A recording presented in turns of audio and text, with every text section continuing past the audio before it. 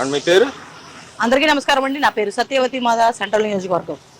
Madam గారు చెప్పండి, రాష్ట్రంలో కులమతాల మధ్య విభేదాలు సృష్టించాలన్నా, రాష్ట్ర ప్రజల్ని చంపాలన్నా కూడా చంద్రబాబు నాయుడు సిద్ధహస్తుడు.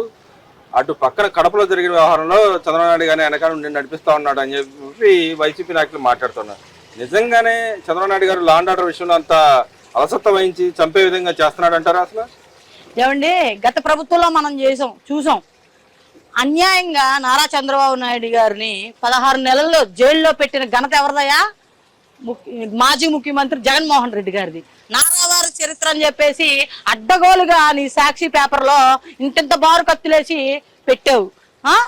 నువ్వు మీ బాబాయిని చంపించి గొడ్డలతో నరికిన చరిత్ర మీది. అది యావత్ ఆంధ్ర రాష్ట్రం మొత్తం తెలుసు. మీరు బురద జల్లే మాటలు ఎక్కడైనా మానండి. నారా చంద్రబాబు నాయుడు అంటానికి కానీ, కూటమి ప్రభుత్వాన్ని అంటానికి కానీ మీకు అర్హత లేదు.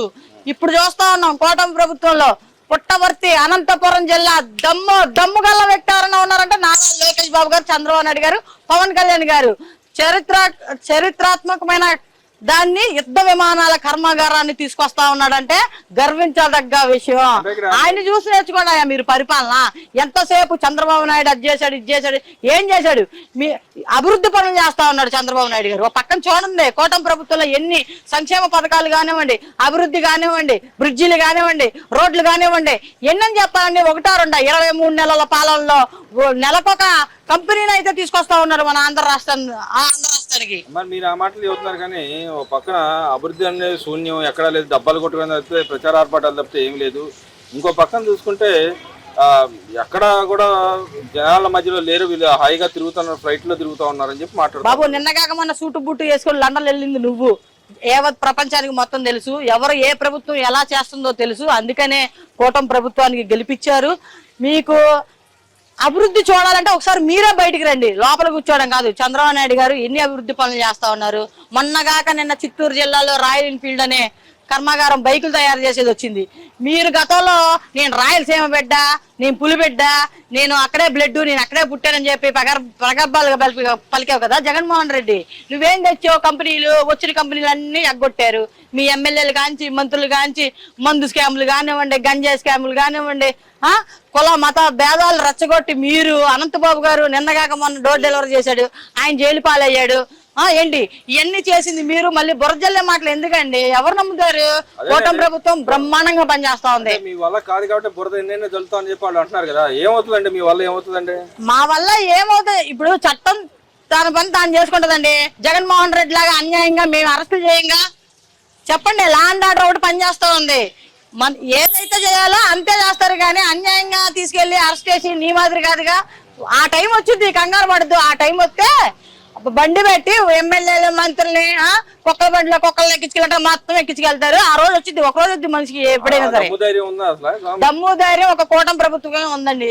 దమ్ము ధైర్యం 100% ఉంది. ఎంత కావాలంటే అంత చూపిస్తారు. సినిమా ఆయన కాదు, మేము చూపిస్తాం. 2029 కూడా మాదే. మీరు అంటున్నారు కానీ మాదే అని చెప్పి వాళ్ళు చెబుతున్నారు. మాదే అంటే ఆయన ఏం చేశాడని మాదే అంటే చెప్పండి. ఏదైనా అభివృద్ధి కార్యక్రమాలు చేశాడా? ఇప్పుడు ఏదైనా సరే ప్రతిపక్ష హోదా లేదండి. ఉన్నా లాభాల బయటకు వచ్చి జనాలకి ఏదైనా సేవా కార్యక్రమాలు చేయాలిగా. మీ మంత్రులు గాని, ఎమ్మెల్యే గాని, కార్పొరేట్లు ఒకడైనా వచ్చి సేవా కార్యక్రమాలు చేస్తున్నారా? చెయ్యట్లేదుగా. మళ్ళీ ఎదురొచ్చి కేకులు పెట్టి మా అన్నొత్తే రప్ప రప్ప అని చెప్పి కేకుల్ని, మేకల్ని, ఆటలు వీటిని బెదిరించి జనాల్ని బెదిరించడం తప్పితే వీళ్ళు చేసేదేముంది?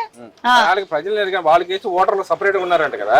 ఓటర్లు సపరేట్ గా ఉన్నారంటే కోటర్లు పంచితే ఓటర్లు అలాగే తయారవుతారు, దొంగ మందు, జగన్ మందు అని చెప్పేసి.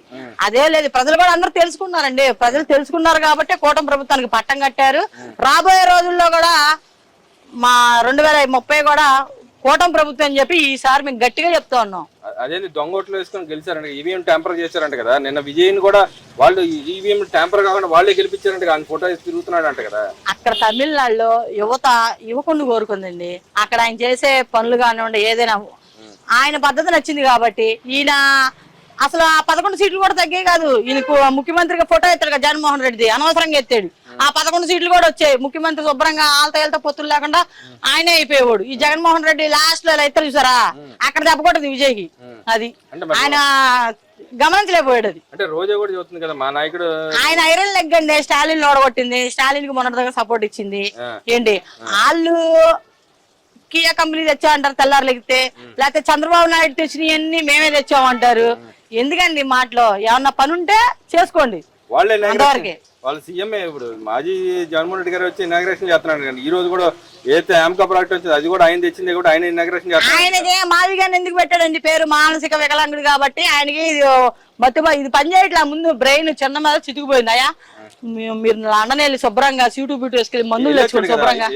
వెళ్ళొచ్చదే, ఆ మందులు ఇంకా సరిపోయినట్లేదు బాడీకి, ఇంకొంచెం డోస్ పెంచాలా. అది మరి ఏంటంటే ఇంకో పక్కన చూసుకుంటే రాష్ట్రానికి ఇంత పెట్టుబడులు తీసుకొస్తా ఉన్నా కూడా అభివృద్ధి ఏం జరగట్లేదు, సంక్షేమ పథకాలు ఏమట్లేదు, ఉన్న సంక్షేమ పథకాలు కూడా తీసేస్తుంది గవర్నమెంట్ అని చెప్పి మాట్లాడుతాం. సంక్షేమ పథకాలు ఎందుకు అనట్లేదండి? రేపు మళ్ళీ జూన్ వస్తుంది, తల్లికి వందనం వేస్తా ఉన్నాడు, ఇప్పుడు గ్యాస్ బండ్లు ఇస్తా ఉన్నాడు. కానీ అది పక్క రాష్ట్రంలో యుద్ధానికి ట్రంప్ చేసిన దానికి చంద్రబాబు నాయుడు గారికి ఏం సంబంధం లేదండి. ఎందుకంటే అక్కడ రాష్ట్రం అల్లకొల్లాలం అయిపోతుంది కాబట్టి గ్యాస్ అనేది ఇంకా మా నాయకుడు ముందు చూపు ఉన్న వ్యక్తి కాబట్టి గ్యాస్ కంపెనీలతో మాట్లాడి అనేక రకంగా ఆయన చేయాల్సిన కార్యక్రమాలన్నీ చేస్తా ఉన్నాడు. ఈ యుద్ధ కారణంగానే ఈ పెట్రోల్ కానివ్వండి ఆంధ్ర రాష్ట్రంలో కొంచెం అది కూడా వీళ్ళు అవగాహన లేదు జనాలకి. అమ్మో రేపు అయిపోద్దేమో వాళ్ళు తెచ్చుకోపోతే అన్నట్టుగా వాళ్ళు స్పీడ్ అవుతున్నారు తప్పితే మొత్తం సక్రమంగానే దొరుకుతా ఉన్నాయి. కానీ మేము అయితే గవర్నమెంట్ బ్లాక్ చేసి అమ్ముకుంటుందంట కదా. బ్లాక్ చేయడాలు, దొంగచాటుగా అమ్ముకోవడాలు అది మాకు రాదండి. మా పాలనలో లేదు అలాంటిది. మా పాలన అంతా వీలైనంతే మా కడుపులో తీసి పెడతాం తప్పితే ఇలా దొంగ పనులు చేయడానికి మాకు అది చెప్పుకోవడానికి కూడా బాగోదులేండి. మరి ఇక్కడ చూసుకుంటే ఇంకో పక్కన చూసుకుంటే రాష్ట్ర అభివృద్ధిలో భాగంగా అయితే సంక్షేమ పథకాలు ఇస్తానని సంక్షేమ పథకాలు ఇంకా ఆపేస్తున్నాడు. 40,000 ఇస్తాడు ప్రతి మనిషికి. అంతకుముందు మేము 2 లక్షల దాకా ప్రతి మనిషి లబ్ధిదారులు అయ్యాడు. 40,000 ఇస్తున్నాడు. 40 లక్షల మందికి లబ్ధిదారులు అవుతారు. పీకేస్తున్నాడు. ఈరోజు అయితే ఇంటింటికి సర్వేల భాగంగా పీకేస్తున్నాడు అని చెప్పి మాట్లాడుతూ ఉన్నారు కదా. అవునండి, ఇప్పుడు ఎంప్లాయీస్ ఉన్నారనుకోండి, వాళ్ళకి పెన్షన్ ఎందుకు అవసరం లేదు కదా. ఎంప్లాయీస్ ఉన్నప్పుడు నీతిగా నిజాయితీగా వర్క్ చేస్తారు ఇక్కడ కూడా. ఎందుకంటే అన్ని అర్హతలు లేని వాళ్ళు ఎవరైతే ఉన్నారో వాళ్ళకి బడుగు బలహీన వర్గాలు అయితే ఎవరైతే ఉన్నారో వాళ్ళు సర్వే చేసుకొని లేని వాళ్ళకి ఇంకా ఎక్కువ కల్పించే విధంగా ఈ ప్రభుత్వం చర్యలు చేపట్టబోతా ఉంది. ఇప్పుడు ఉన్న వాళ్ళు ఉంటారండి ఎంప్లాయీస్, వాళ్ళకి ఉద్యోగం చేస్తా వాళ్ళకి ఎందుకండి పెన్షన్ అవసరం లేదు కదా. ఆ డబ్బులేయో ఇంకొక నిరుపేద వాళ్ళు బతుకుతారు కదా. అలా అని చెప్పేసి వీళ్ళు ఒక జనాభా లెక్కల ద్వారా ఇంటికి సేకరిస్తా ఉన్నారు. అదేం తప్పు పద్ధతి కాదు. ఏదైనా ఉంటే ఇంకా ప్రజలకి పెట్టేదట్టే ఉంటది కాబట్టి కొంచెం జనాలు కూడా అర్థం చేసుకోవాలా, తెలుసుకోవాలి ముందు. మరి ఇక్కడ చూసుకుంటే మాటలు మాత్రం చూడటానికి కోటలు దాడుతూ ఉంటాయి చంద్రబాబు నాయుడు. ఇంకో పక్కన ఆచరించడం ఎక్కడ సాధ్యం కాదు. ప్రధానమంత్రి మోడీ గారు అన్న ఆయన 2 వెహికల్ వెళ్ళి 4 వెహికల్ వెళ్తున్నాడు. కానీ లోకేష్ గారు చూస్తేనన్నా విపరీతంగా దుబారా ఖర్చులు చేస్తున్నాడు. ఫ్లైట్లు వేసుకొని తిరుగుతా ఉన్నాడు క్షణం తీరిక లేకుండా అని చెప్పి మాట్లాడుతూ ఉన్నారు. మొన్న నరేంద్ర మోడీ గారు ఒక పిలుపునిచ్చారండి, పొదుపు చేయండి అని చెప్పేసి.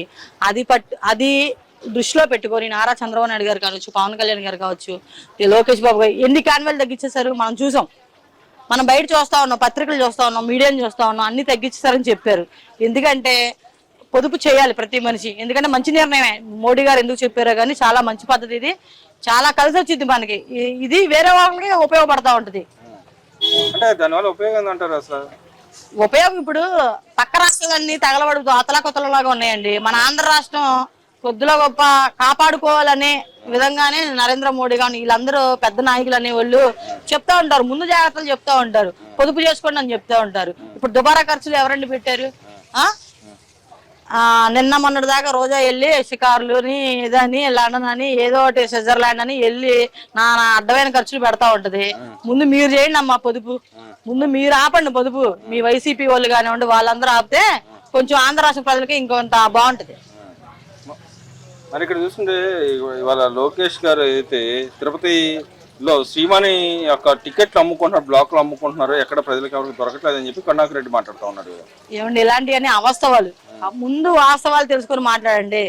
టికెట్లు ఎంత మేరకు ఇవ్వాలో అంత మేరకు ఇస్తా ఉన్నారు. అక్కడ టికెట్లు అమ్ముకునే బాపత మీది. గతంలో రోజా గారు మనం చూసాం, టికెట్లు పద్దాకా గుడి మీదే కనబడేది. ఏమో పదవి తీసుకుంది ప్రజలకు సేవ చేస్తానికి అర్థం కాదు, టికెట్లు అమ్ముకోవడానికి చేత కాదు. టికెట్లు అమ్ముకోవడానికి ఆవిడ ప్రతి దానికి ఆవిడే కొండ మీద వెళ్ళి ప్రెస్ మీట్లు ఇచ్చుకుంటా టికెట్లు అమ్ముకుంటా ఆ కొండ మీద కనబడే వ్యక్తి మొదట ఓం ప్రదంలో ఎవరున్నారు? రోజా గారు. ఈ ప్రభుత్వం అలా చేయదండి. వీలైనంత వరకు ప్రజలకి ఎంత వెసులుబాటు కావాలో అంత తీర్చిదిద్దే ప్రభుత్వం ఏదైనా కూటమి ప్రభుత్వం అండి. మరేంటి 2029 మేము వస్తామని చెప్పి జగన్మోహన్ రెడ్డి చెబుతున్నాడు, వాళ్ళ పార్టీ కూడా చెబుతుంది, బలంగా నమ్ముతా ఉంది. మీరేం నమ్ముతున్నారు? మరి ప్రజలు బలంగా నమ్ముతా ఉన్నారు కూటమి ప్రభుత్వం మళ్ళీ గెలిపిస్తామని చెప్పేసి. ఇది మాత్రం మీరు గుర్తుపెట్టుకోవాలా. ఎందుకని అంత బలంగా ఎందుకు నమ్ముతున్నారు అంటారు? ఎందుకంటే సంక్షేమం కానివ్వండి, పథకాలు కానివ్వండి, పనిచేసే తీరు కానివ్వండి, ప్రజల్ని భయభ్రాంతులు చేయట్లే. ఇక్కడ ప్రజల్ని ప్రశాంతంగా ఉంచుతున్నారు. ఇక్కడ ప్రజలకు ఎంత కావాలో అంతా చేస్తా ఉన్నారు. తల్లికి వందనం కానివ్వండి, సూపర్ 6 లో పథకాలు అన్ని బాగానే ఉన్నాయి. ఇంకొక 1500 రావాలి, అది కూడా చెప్తా చేస్తా ఉన్నారు. అది కూడా వస్తే ఇంకా బాగుంటది, బ్రహ్మాండంగా ఉంటది. ఆ పథకం కూడా వస్తే మహిళలకి ఫ్రీ బస్సు, అది చాలా బాగుంది. డిగ్రీ పిల్లలు చదువుకునే పిల్లలకి, యువతకు ఉద్యోగ అవకాశాలు, 20 లక్షల ఉద్యోగాలు ఇస్తా అన్నాడు. ఇప్పటికే ఇంచుమించు 10 లక్షల ఉద్యోగాలు దాకా ఇచ్చిన ఘనత లోకేష్ బాబు గారి ప్రభుత్వం ఉంది. ఏంటి ముందు ముందు డెవలప్మెంటే గానీ దీనికి పోవడం అంటూ ఉండదండి. వైసీపీ ఇక రాదు, కూటమి ప్రభుత్వం ఉంటుంది 100% చెప్తా ఉన్నాం.